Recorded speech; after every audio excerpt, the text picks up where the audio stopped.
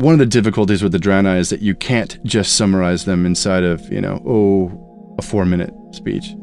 They're not a one-sentence group, and it's something we've known about since we decided on, using them as the new Alliance race. We had series villains like Archimon and Kil'jaeden that are from this race called the Exodar. Big giant demons, right? Kind of a no-brainer for, a demonic race to lead the Burning Legion. And as we were kind of staring at those models and looking at that concept art, as we were kind of struggling to find the perfect Alliance race to add, that form just kind of came back to us again and again. These guys just look awesome. Trip out, wouldn't it be crazy if we had a lawful good version of these guys, if maybe they weren't always evil?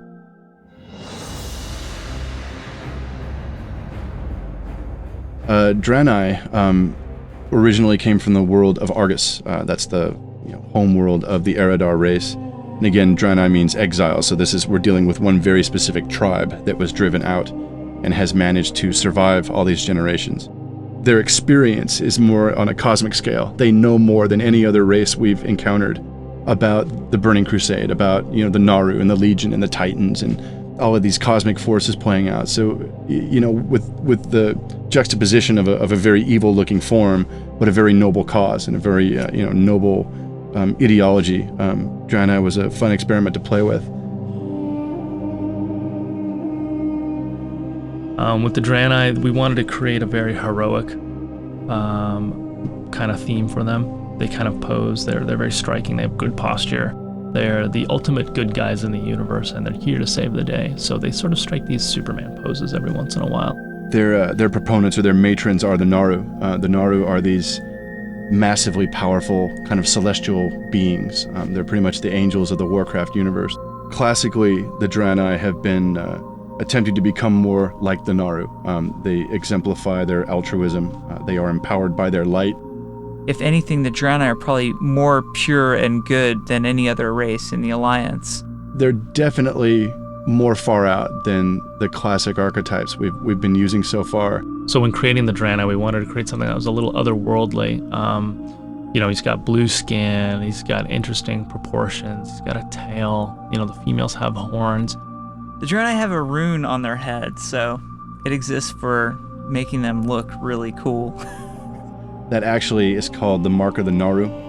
It's a blessing placed on their forehead. The way it should be playing out is when you use your racial ability, that'll come into effect and signify that you are indeed light-touched. We wanted to make it feel like the Draenei were always part of the Warcraft universe. So the Draenei's beginning areas were a pretty unique challenge because we were trying to build a place for a new race to start, but we didn't really have any real estate. When the Draenei ship, the Exodar, crashed, it sort of scattered all over the place. So there are multiple crash sites throughout northern Kalimdor. And they basically landed on 2 islands that are off the coast of Darkshore, south of Teldrassil. And these islands we separated out. We have one as a 1 to 10 playable zone, and the other is our 10 to 20. So in Amon Vale, it's sort of a crashed part of the Exodar, and the Draenei are kind of throwing stuff together, and they're just sort of trying to make this their temporary home. And you'll notice there's crates and boxes everywhere. They're sort of setting up camp. I think what punctuates the Draenei starting experience is the fact that there's a sense of urgency. Right away, you realize that you're part of some catastrophe or something really important. There are a lot of injured people around. It's up to you to help heal fallen Draenei who aren't doing as well as you are. You have to figure out what the situation has done to the surrounding environments. They've crashed on Azeroth while they were trying to escape from Outland. Their craft that they were on basically got hijacked by Blood Elves and crash landed. So what we discover in Blood Mist is that the Blood Elves have an actual contingency inside the area, and they're facilitating the corruption that's spreading from the power core, which is the Exodar's power core. You're not really going to have to think a lot about what you're going to need to do. The quests will seem to make sense to you because they fit the lore. Usually with a zone or a race, I always like to look at something that you've seen in the world, like this zone needs to look like a Tibetan monastery, or this zone needs to look like a redwood forest. Well, the tricky thing with the Draenei, they came from another planet. We really had nothing to base the Draenei on. So your first encounter with the Draenei architecture is in Almond Vale, and that's just a small fragment of your giant ship that crashed, and which is in fact a small section of even a larger ship that you'll find out about later in the game. We decided early on that the Draenei would have a lot of crystal energy and crystal-related architecture that would be infused or inbound in their architecture. Where those crystals came from and why they're there and what role they play in the story is all something that will eventually unfold in the game. We came up with something that you couldn't really identify as anything that relates to this planet. As you progress in the game as a Draenei, you'll start to see a little bit more of their themes come through with their armor and their clothes. A lot of their items and weapons and their clothing have these crystals on them, which are prevalent in their ship and their architecture. I'd say you play like newer games and their weapon designs may be really cool looking, but as a gamer, if you can't make a connection, you don't really appreciate what the weapon does. Draenei incorporate a lot of crystals and stone of like almost metallic kind of nature into their items, armor.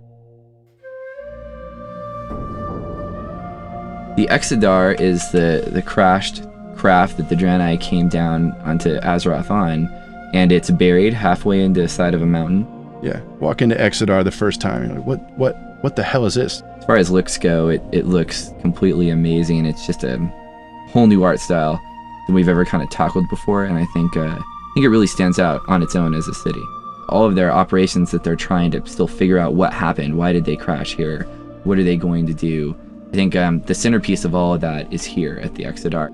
With the Draenei, we wanted to create something that you would never expect to see in World of Warcraft, while at the same time, it couldn't look too far out that no one could relate to it. I think we struck a pretty good balance with it. What we want the players to come away with from the Draenei experience, that they've taken on the main heroic role for their people, that they're kind of at the forefront of that. What happened to my race? How did I end up here?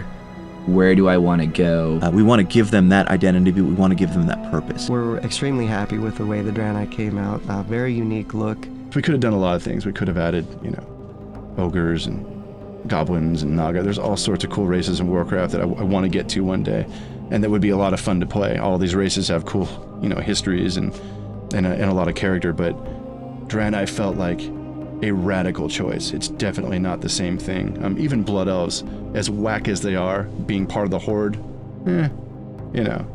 not as radical an argument, but Draenei, you gotta be crazy to even try that. And I dig that. We went kind of crazy with it. We'll have to see how it plays out.